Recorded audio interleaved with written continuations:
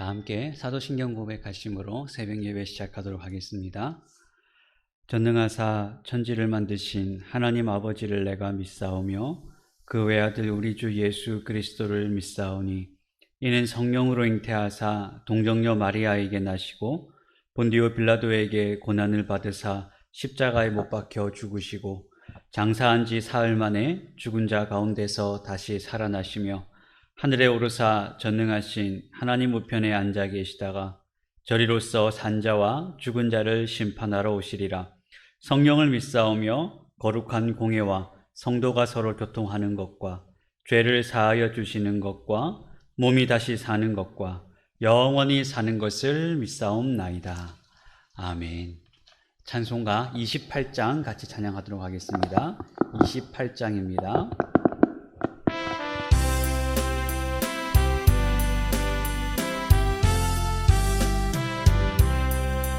복의 근원 강림하사 찬송하게 하소서. 한량없이 자비하심 측량할 길 없도다. 천사들의 찬송가를 내게 가르치소서. 구속하신 그 사랑을 항상 찬송합니다. 주의 크신 도움받아 이때까지 왔으니 이와 같이 천국에도 이르기를 바라네. 하나님의 품을 떠나 죄에 빠진 우리를 예수 구원하시려고 보혈 흘려주셨네. 주의 귀한 은혜 받고 일생 빚진 자 되네. 주의 은혜 사슬 되사 나를 주께 매소서. 우리 마음은 연약하여 범죄하기 쉬우니 하나님이 받으시고 천국인을 치소서. 아멘.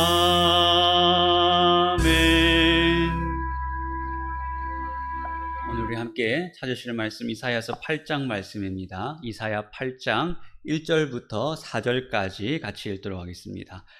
이사야서 8장 1절부터 4절까지의 말씀입니다. 제가 읽겠습니다. 여호와께서 내게 이르시되 너는 큰 서판을 가지고 그 위에 통용 문자로 마헬살랄 하스바스라 쓰라.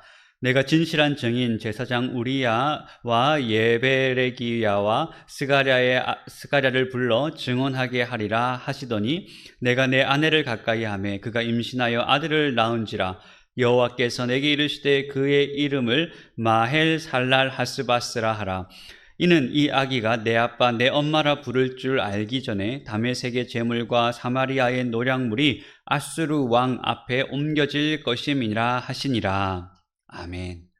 네, 오늘 이 명절의 첫날 이 새벽에 이 자리에 함께 하시는 우리 모든 성도님들에게 주님의 크신 은혜가 넘치기를 축복합니다.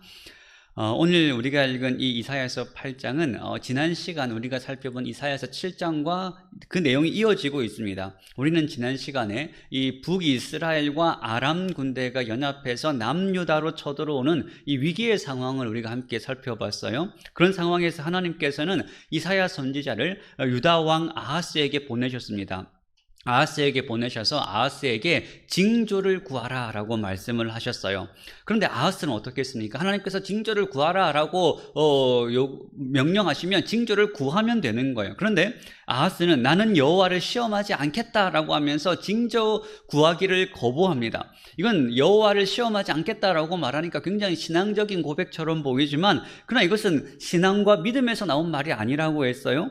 아하스는 이미 아수르에게 돈 돈을 주면서 자기를 구원해 달라고 이미 요청을 한 상태입니다. 그러니까 북이스라엘과 아람 군대가 연합해서 쳐들어오니까 아하시아 왕은 신흥 강국인 아수르와 연합을 해서 이 두 나라를 물리치려고 했던 거예요. 그런 상황에서 하나님께서 징조를 구하라고 하니까 나는 징조를 구하지 않겠다는 거예요. 이미 아수르와 손을 잡은 상태이기 때문에 하나님의 도우심을 구하지 않는 거예요. 한마디로 아하스는 하나님보다 아수르를 더 신뢰하고 아수르가 왕이 자기를 구원해 줄 것을 더 기대하고 있는 거예요. 바로 이런 아하스 왕의 불신앙적인 배경을 가지고 오늘 본문이 계속해서 이어지고 있는 것입니다. 오늘 본문은 하나님께서 이사야에게 말씀하시는 장면으로 시작을 하고 있어요.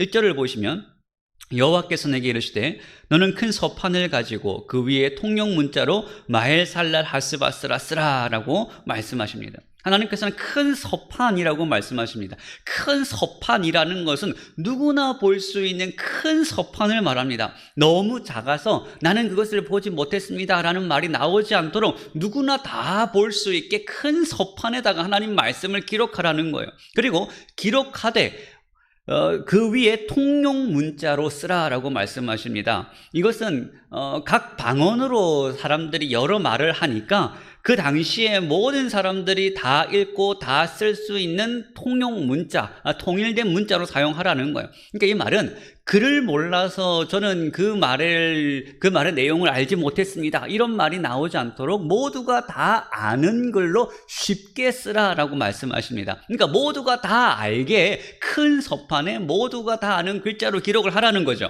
그리고 그 위에다가 뭐라고 쓰냐면 마헬살랄 하스바스라는 말을 쓰라는 거예요.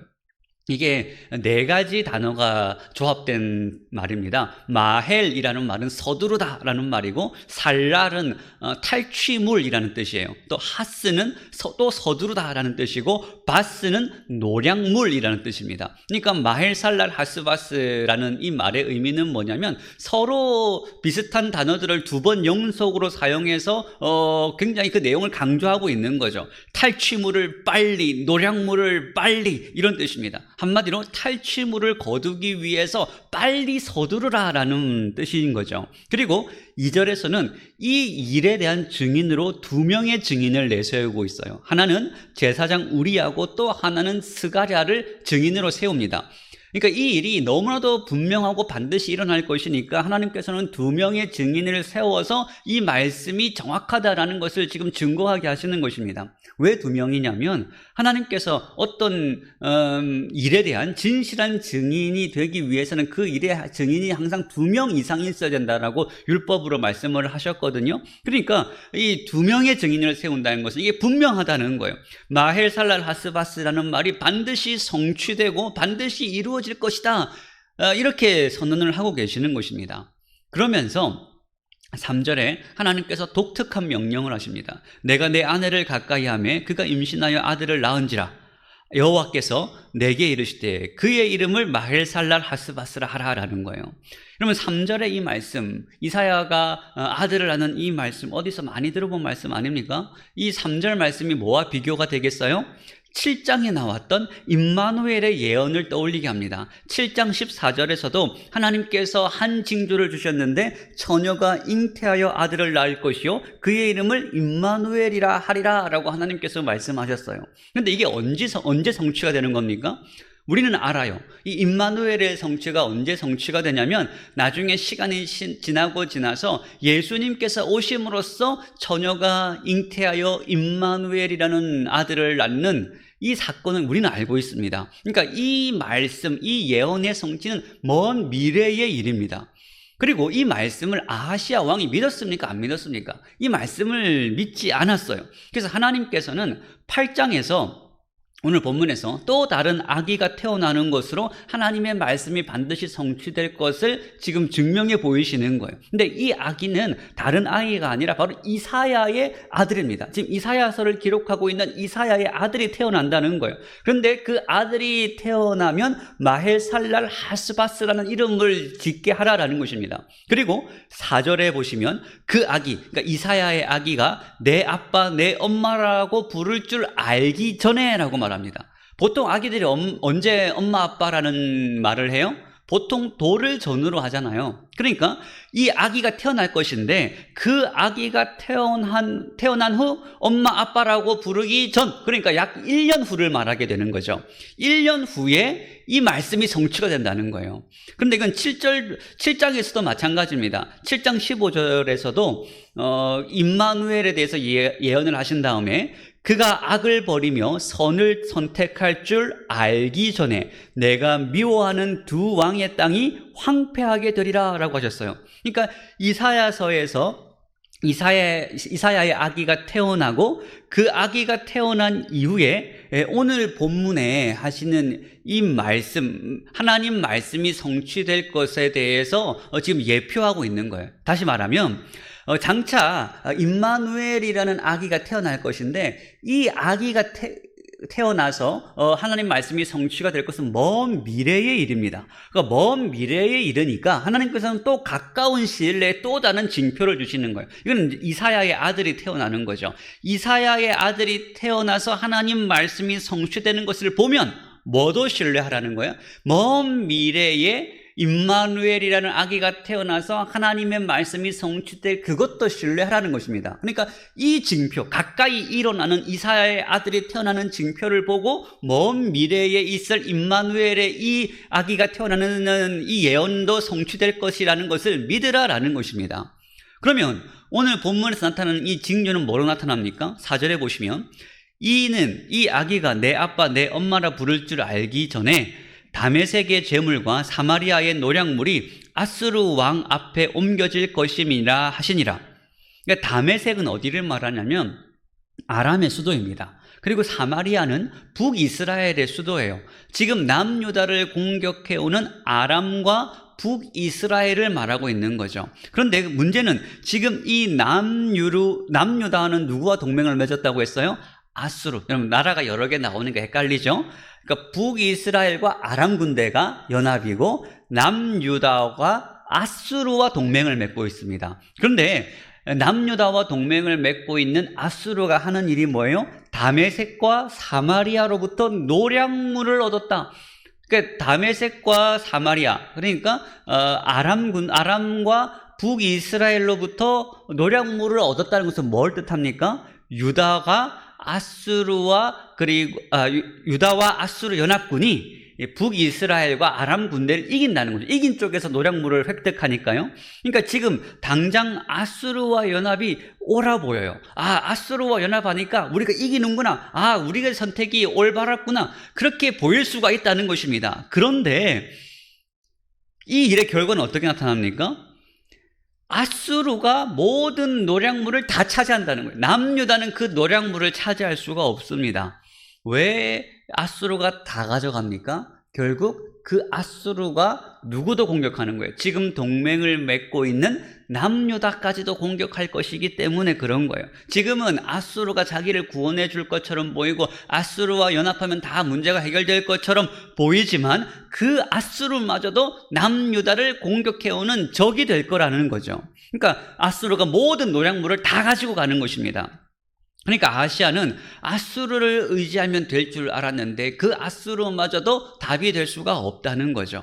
그러니까 지금 당장의 위기는 넘어갈 수 있지만 그러나 나중에는 더 큰 위기에 빠지게 된다는 것을 하나님께서 지금 이 말씀, 이 징조를 통해서 말씀하고 계시는 것입니다. 그러니까 우리가 의지해야 될 대상이 누구냐는 거예요. 세상을 의지하는 것이 옳은가? 세상을 의지하는 것이 더 빨라 보이고 더 효과적으로 보이지만 그러나 우리는 하나님을 의지해야 된다는 거예요. 하나님 말씀을 들어야 된다는 것입니다.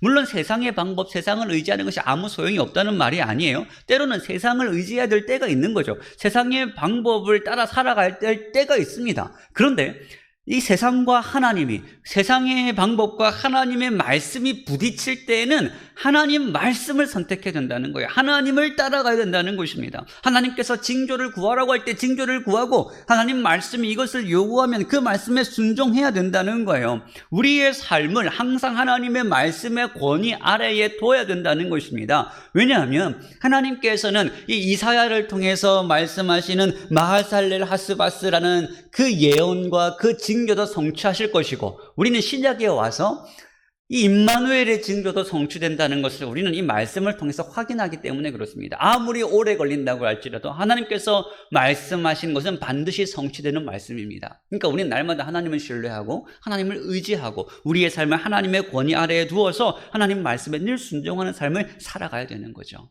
여러분, 날마다 하나님 말씀과 하나님의 뜻을 구하면서 그 뜻대로 살아가시는, 그래서 하나님께서 우리의 삶을 인도하시는 형통한 길, 생명의 길로 가시기를 주님의 이름으로 축복합니다. 같이 기도하겠습니다. 사랑과 은혜가 충만하신 하나님 아버지, 감사드립니다. 하나님, 오늘 이 새벽에도 저희들을 이 자리로 불러주시고 우리가 말씀 앞에 서게 하여 주심에 감사를 드립니다. 하나님, 우리의 삶이 늘 하나님의 말씀의 반석 위에 서게 하여 주시옵소서. 말씀의 권위에 순종하여서 주 뜻대로 살아가는 복된 성도의 삶을 살아가게 하여 주시옵소서. 이제 설 명절이 시작이 되는데 하나님 아버지, 이 명절의 기간 동안 우리 성도들의 온 가정 가운데 은혜와 복을 내려 주시어서 주의 은혜로 풍성한 명절이 될 수 있도록 도와주시고, 먼 길을 가는 성도들 안전하게 지켜주시고, 각 가정이 모일 때마다 하나님 은혜로 함께하여 주시옵소서. 감사드리며 예수님의 이름으로 기도하옵나이다. 아멘. 하늘에 계신 우리 아버지여, 이름이 거룩히 여김을 받으시오며 나라가 임하시오며 뜻이 하늘에서 이루어진 것 같이 땅에서도 이루어지이다. 오늘 우리에게 일용할 양식을 주시옵고, 우리가 우리에게 죄 지은 자를 사하여 준 것 같이 우리 죄를 사하여 주시옵고, 우리를 시험에 들게 하지 마시옵고 다만 악에서 구하시옵소서. 대개 나라와 권세와 영광이 아버지께 영원히 있사옵나이다. 아멘.